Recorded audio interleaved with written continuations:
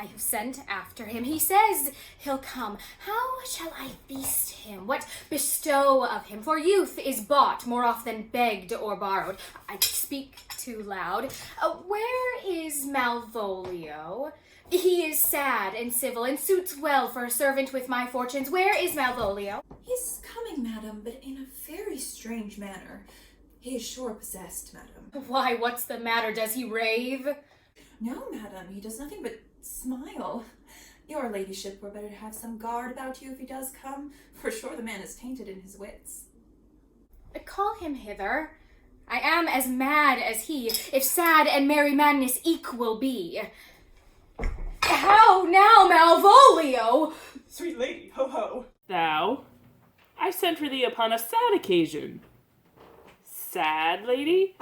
I could be sad. This does make some obstruction in the blood, this cross-gartering, but what of that? If it please the eye of one, it is with me as a very true sonnet is. Please one, please all. Why, how dost thou, man? What is the matter with thee? Not black in my mind, though yellow in my legs, it did come to his hands, and command shall be executed. I think we do know the sweet Roman hand. Wilt thou go to bed, Malvolio? To bed? Aye, sweetheart, and I'll come to thee.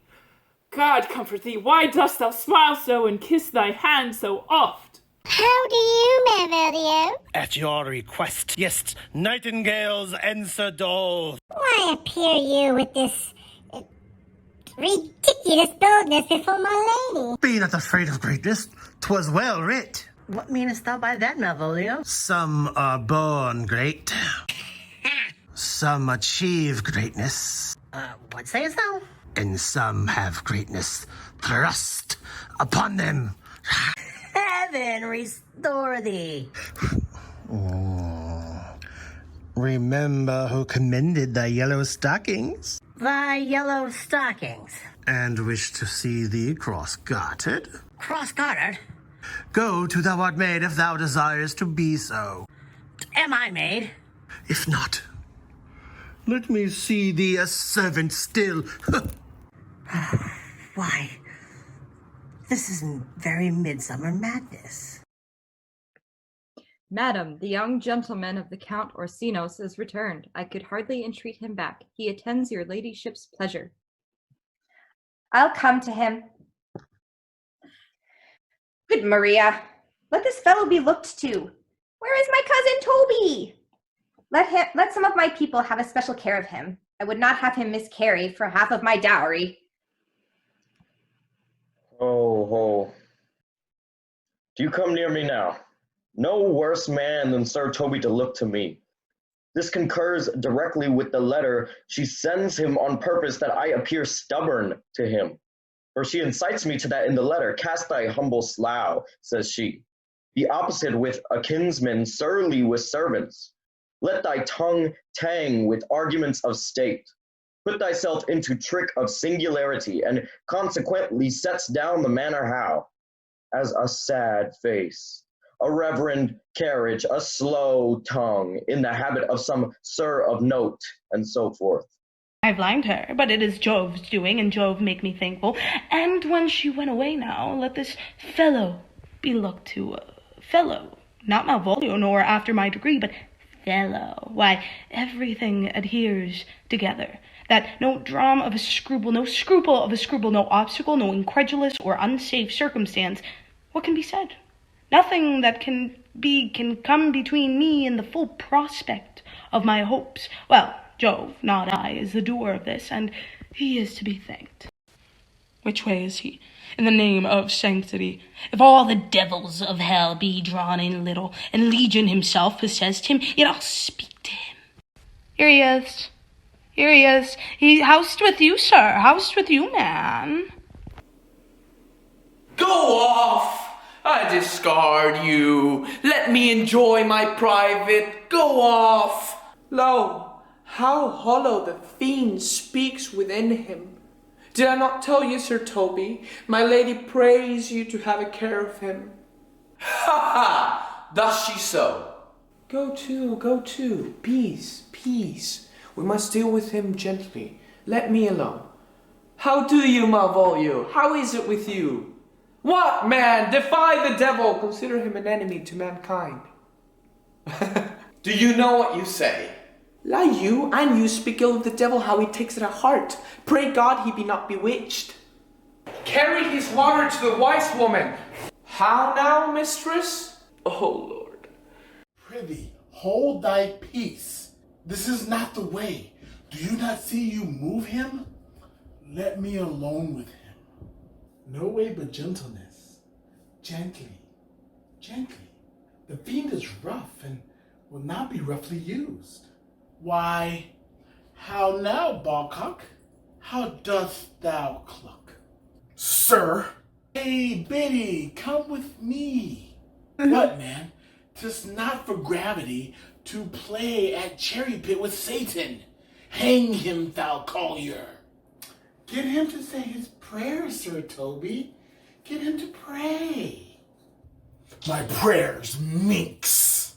No, I warned you. He will not hear of godliness. Go hang yourselves all.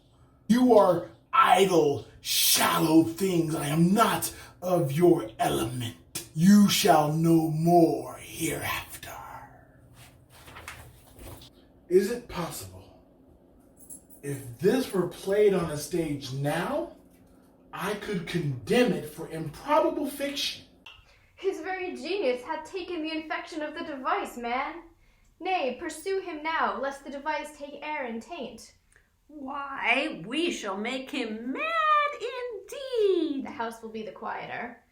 Come, we'll have him in a dark room and bound. My niece is already in the belief he's mad. We may carry it thus for our pleasure and his penance. Till our very pastime, tired out of breath, prompt us to have mercy on him, at which time we will bring the device to the bar and crown thee for finder of madmen. But see. More matter for a May morning. Here's the challenge. Read it. Warrant there's vinegar and pepper in it. Is't so saucy. Aye, is. I warn him. Do but read. Give me. Youth, whatsoever thou art but a scurvy fellow. Good and valiant. Wonder not, nor admire not in thy mind why I do call thee so, for I will show thee no reason for't. A good note that keeps you from the blow of the law. Thou comest to the Lady Olivia, and in my sight she uses thee kindly, but thou liest in thy throat. That is not the matter I challenge thee for. Very brief, and too exceeding good senseless. I will waylay thee going home, were if it be thy chance to kill me. Good. Thou killest me like a rogue and a villain. Still, you keep the windy side of the law good. Fare thee well, and God have mercy upon one of our souls. He may have mercy upon mine, but my hope is better. And so look thyself, thy friend, as thou usest him, and thy sworn enemy, Andrew Agatic. This letter move him not, his legs cannot. I'll give it him. You may have very fit occasion for it. He is now in some commerce with my lady, and he will buy and buy depart. Go, Sir Andrew, scout me for him at the corner, the orchid like a Bum Bailey. So soon as ever thou seest him, draw, and if thou drawest, swear horrible, for it comes to pass off, that a terrible oath with a swaggering accent, sharply twanged off, gives man more approbation than ever proof itself would have earned him. Away! Ah, nay, let me alone for swearing. Now will not I deliver his letter, for the behaviour of the young gentleman gives him out to be of a good capacity and breeding. His employment between his lord and my niece confirms no less. Therefore this letter, being so excellently ignorant, will breed no terror in the youth. You'll find it comes from a clodpole.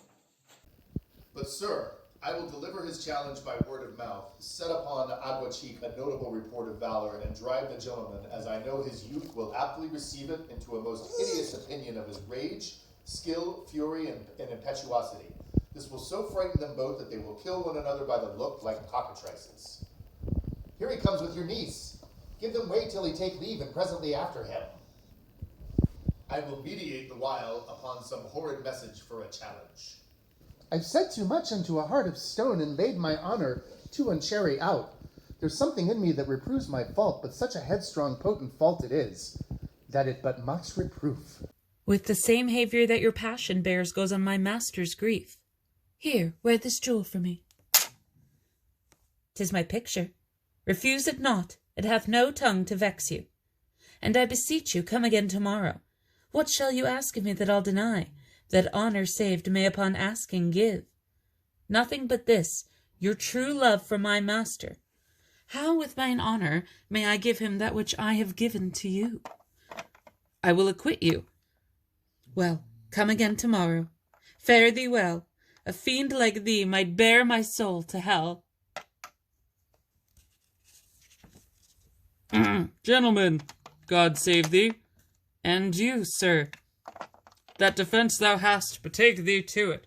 Of what nature the wrongs are thou hast done him, I know not, but thy interceptor, full of despite, bloody as the hunter, attends thee at the orchard end. We are in thy preparation, for thy assailant is quick and skillful and deadly. You mistake, sir. I'm sure no man of hath inquired to me yet. My remembrance is very free and clear from any image of offence done to any man. You'll find it otherwise, I assure you. Therefore, if you hold your life at any price, betake you to your guard, for your opposite hath him what use, strength, skill, and wrath can furnish man withal. I pray you, sir, what is he? He is knight, dubbed with unhatched rapier and on-carpet considerations, but he is a devil in private brawl. Souls and bodies hath he divorced 3, and his incediment at this moment is so implacable that satisfaction can be none but by pangs of death and sepulchre. Hob-nob is his word, give it or take it. I will return again into the house, and desire some conduct of the lady. I am no fighter. I have heard of some kind of men that put quarrels purposely on others, to taste their valor. Belike this is a man of that quirk. Sir, no. His indignation derives itself out of a very competent injury. Therefore, get ye on, give him his desire. Back you shall not to the house, unless you undertake with me, which as much safety as you might answer him. Therefore, on, or strip your sword stark naked. For meddle you must, that's certain, or forswear to wear iron about you. This is as uncivil as strange. I beseech you, do me this courteous office, as to know of the knight what my offence to him is. It is something of my negligence, nothing of my purpose. I will do so. Signor Fabian, stay by this gentleman till my return. Pray you, sir, do you know of this matter? I know the knight is incensed against you, even to a mortal arbitrament. But nothing of the circumstance more. I beseech you, what manner of man is he? Nothing of that wonderful promise to read him by his form, as you are like to find him in the proof of his valour. He is indeed, sir, the most skilful, bloody, and fatal opposite that you could possibly have found in any part of Illyria. Will you walk towards him? I will make your peace with him, if I can. I shall be much bound to you for it. I am one that had rather go with Sir Priest than Sir Knight. I care not who knows so much of my mettle. Why, man, he's a very devil. I have not seen such a virago. I had a pass with him, rapier, scabbard, and all, and he gives me the stuck in with such a mortal motion that it is inevitable, and on the answer he pays you as surely as your feet hit the ground they step on. They say he has been fencer to the Sophie. A pox on it, I'll not meddle with him. It's too late for him to be pacified. Fabian can scarce hold him yonder. A plague on it. If I'd have known he was so valiant and cunning in fence, I'd have seen him down before I'd have challenged him. Let the matter slip, and I'll give him my horse, Grey Capulet. I'll make the motion. Stand here. Make a good show onto it. This will end without the perdition of souls. Mary, I will ride your horses as I ride you. I have his horse to take up the quarrel. I've convinced him the youth is a devil. He is horribly conceited as him, and pants and looks pale, this bearer of his heels. There's no remedy, sir. He will fight you for oath's sake. He hath better befought his quarrel with you, and finds it scarce to be worth talking of. Therefore draw for the supportance of his vow. He protesteth not to hurt you. Pray God defend me. A little thing would make me tell them how much I lack of a man. Give ground if you see him furious. Come, Sir Andrew. There's no remedy. The gentleman will, for his honor's sake, have one bout with you. He cannot by the duello avoid it, but because he is a soldier and a gentleman has promised me he will not hurt you. Come to it! Oh, pray God he keep his oath. I do assure you 'tis against my will. If this young gentleman have done offense, I take the fault on me. If you offend him, for him I defy you. You, sir? Why, what are you? One, sir, that for his love dares yet do more than you have heard him brag to you he will. Nay, if you be an undertaker, then I'm for you. Oh, you! God! Sir Toby, hold! Here come the overtakes! Ah! Wir sprechen uns nachher. Ich bitte euch, steckt euren Degen ein, wenn es euch gefällig ist. Mein Seelenherr, das will ich. Und wegen dessen, was ich euch versprochen habe, halte ich euch mein Wort. Er geht bequem und ist leicht in der Hand. Dies ist er, tut eine Pflicht. Antonio, ich verhaft euch auf Befehl von Graf Orsino. Ihr irrt euch, Herr, in mir. Nicht doch, ich kenne euch Gesicht gar wohl, ob ihn schon jetzt kein Schifferkäppchen trägt. Nun, fort mit ihm, er weiß, ich kenne ihn wohl. Ich muss gehorchen. Dies entsteht daraus, dass ich euch suchte. Doch da hilft nun nicht, ich werde es büssen. Sagt, was soll ich machen? Nun drängt die Not mich, meinen Beutel wieder von euch zu fordern. Und es schmerzt mich mehr um das, was ich nun nicht für euch vermag, als was mich selbst betrifft. Ihr steht erstaunt, doch seid getrost. Kommt her und fort mit uns. Ich muss um etwas von dem Geld euch bitten. What money, sir?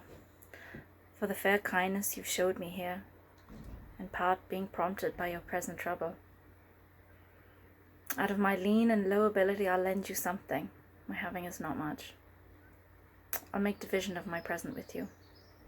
Hold, is half my coffer. Will you deny me now? Is it possible that my deserts to you can lack persuasion? Do not tempt my misery, lest that it make me so unsound of a man as to upbraid you with those kindnesses that I've done for you. I know of none, nor know I you by voice or any feature. I hate ingratitude more in a man than lying, vainness, babbling, drunkenness, or any taint of vice, whose strong corruption inhabits our frail blood. Oh, heavens themselves! Come, sir, I pray you go. Let me speak a little.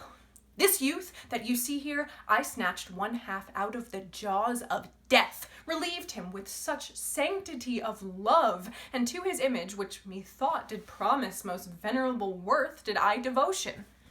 What's that to us? The time goes by, away. But, oh, how vile and idle proves this God! Thou hast, Sebastian, done good feature, shame. In nature, there's no blemish but the mind. None can be called deformed but the unkind. Virtue is beauty, but the beauteous evil are empty trunks or flourished by the devil. The man grows mad. Away with him. Come, sir, lead me on. Methinks his words do from such passion fly that he believes himself. So do not I. Prove true. Imagination, oh, prove true, that I, dear brother, be now ta'en for you. Come hither, knight. Come hither, Fabian. We'll whisper over a couplet or two of most sage saws. He named Sebastian. I my brother know, yet living in my glass.